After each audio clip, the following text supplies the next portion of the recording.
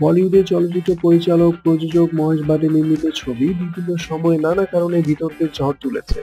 কিন্তু শুধু ছবি নয়, ব্যক্তিগত জীবনেও তিনি ব্যতিক্রমী।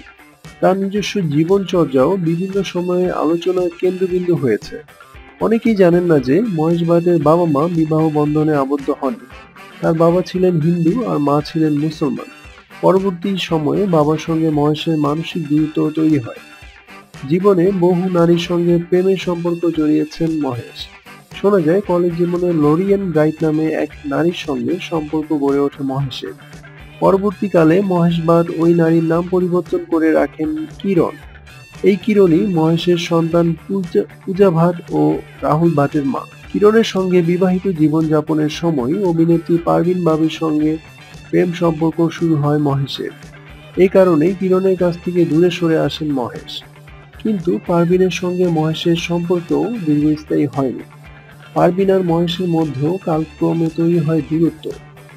এরপর সোনি রাজদানের সঙ্গে জড়িয়ে পড়েন মহেশ। জন্মগতভাবে হিন্দু হলেও সোনিকে বিয়ে করবেন বলে ইসলাম ধর্মে দীক্ষিত হন তিনি। আলিয়া ভাট এবং শাহিন ভাট সোনি রাজদানেরই কন্যা।